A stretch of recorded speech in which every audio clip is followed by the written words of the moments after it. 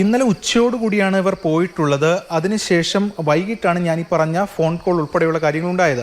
ഇന്നലെ ഇവിടെ ഇത് വലിയ വിശാലമായിട്ടുള്ളൊരു ഭൂപ്രദേശമാണ്. അതുകൊണ്ട് പല ടീമുകളായി തിരിഞ്ഞു വേണം സെർച്ച് നടത്താൻ. അങ്ങനെ വിവിധ ടീമുകളായി തിരിഞ്ഞുകൊണ്ട് നേരത്തെ സൂചിപ്പിച്ചതുപോലെയുള്ള അഗ്നിരക്ഷാസേന, അതോടൊപ്പം തന്നെ പോലീസ്, വനം വകുപ്പ്, നാട്ടുകാർ ഉൾപ്പെടെയുള്ള വിവിധ ടീം, ഒരു ടീമിൽ ഏകദേശം 16-17 പേരൊക്കെ ഉൾപ്പെടുന്ന ടീമുകളാണ്. കാരണം അങ്ങനെ പോയിട്ടേ കാര്യമുള്ളൂ. കാരണം വന്യമൃഗങ്ങളും കാട്ടാനകളും ഒക്കെ ഉണ്ടെങ്കിൽ അതിനെയൊക്കെ തരണം ചെയ്ത് ഓടിച്ച് വേണം മുന്നോട്ട് പോകേണ്ടതായിട്ടുള്ളത്.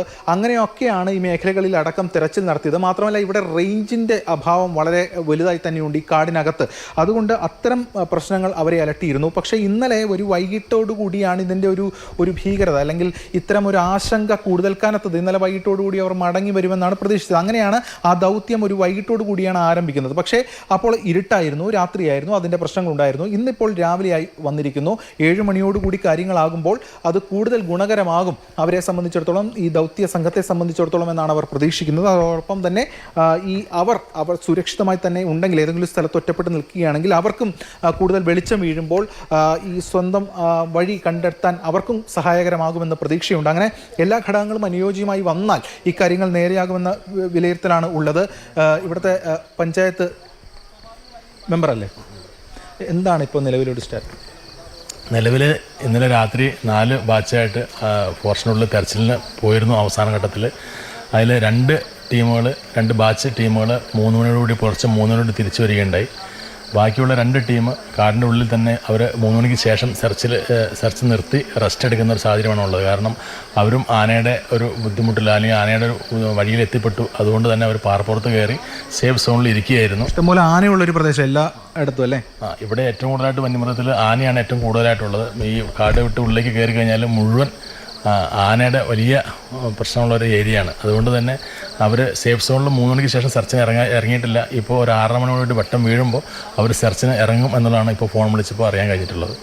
എത്ര 8 മണിയോട് കൂടി അല്ലേ? അല്ല, 6:30 മണിയാകുമ്പോഴത്തേക്കും നമുക്ക് വെട്ടം വരും. 6:30 മണിക്ക് വെട്ടം, അതെന്ന് വെച്ചാൽ അവർക്ക് കാട്ടിലേക്ക് ഇറങ്ങാൻ സേഫാണ് എന്ന് തോന്നുന്ന വെട്ടം കിട്ടുന്ന സമയത്ത് തന്നെ അവരവിടെ നിന്ന് ഇറങ്ങും. അതിലൊരു ടീമിൽ 15ഓളം പേരുണ്ട്. ആ 15ഓളം പേരിൽ തന്നെ വെച്ചാൽ നമ്മുടെ ഫയർഫോഴ്സിൻ്റെ ടീമുകളാണ് അതൊരു ബാച്ചിൽ കൂടുതലായിട്ടുള്ളത്. മറ്റൊരു ബാച്ചിൽ 8 പേരുണ്ട്. അവർ ഇവിടുത്തെ ലോക്കൽസും അതുപോലെ തന്നെ ആ പോയ ആളുകളുടെ റിലേറ്റീവ്സുമാണ് കൂടുതലുള്ളത്. ഒരുമാതിരിപ്പെട്ട എല്ലാ മേഖലയും ഇന്നലെ രാത്രി സെർച്ച് ചെയ്തില്ലായിരുന്നു? ഡ്രോൺ ഉപയോഗിച്ചടക്കം സെർച്ചിങ് ഉണ്ടായിരുന്നു. ഫോറസ്റ്റിൻ്റെ ഡ്രോൺ അടക്കം ഉപയോഗിച്ച് ഇന്നലെ രാത്രി സെർച്ച് ചെയ്തിരുന്നു. മിക്കവാറും ഇവർ പോകാൻ സാധ്യതയുള്ള അവർ അവസാനം ഫോൺ വിളിച്ചപ്പോൾ പറഞ്ഞത് ഒരു ചെക്ക് ഡാം, അതുപോലെ തന്നെ പാറപ്പുറം, ഇത് ആ ഒരു ഏരിയയിലാണ് ഉള്ളത്. അതിന് ചുറ്റും ആനകളുടെ ഒച്ചയും ആനകളുടെ ചവിട്ടിൻ്റെയും അലറികളുടെയും സൗണ്ട് കേൾക്കുന്നുണ്ടെന്ന് പറയുകയുണ്ടായി. അപ്പോൾ ആ ഒരു ഏരിയ കേന്ദ്രീകരിച്ച് ഉള്ള 4ഓളം ചെക്ക് ഡാമുകളും അതുപോലെ തന്നെ ഇവിടെ 5-6 പാറകളുമുണ്ട്. അതിൽ കൂടുതലുണ്ട്. മിക്കവാറും പാറകളുടെ സമീപത്തും എല്ലാം നമ്മൾ പോയി സെർച്ച് ചെയ്തു. പക്ഷേ അവിടെയൊന്നും നില കണ്ടെത്താനായിട്ടില്ല. അവർ ഏതെങ്കിലും വന്യമൃഗത്തെ പേടിച്ച് ശരിക്കും സേഫ് സോണിലേക്ക് മാറിയിരിക്കുകയായിരിക്കും എന്ന് തന്നെയാണ് ഞങ്ങളുടെ പ്രതീക്ഷ. കൂടുതൽ ഊർജിതമായി സെർച്ച് ആരംഭിക്കും.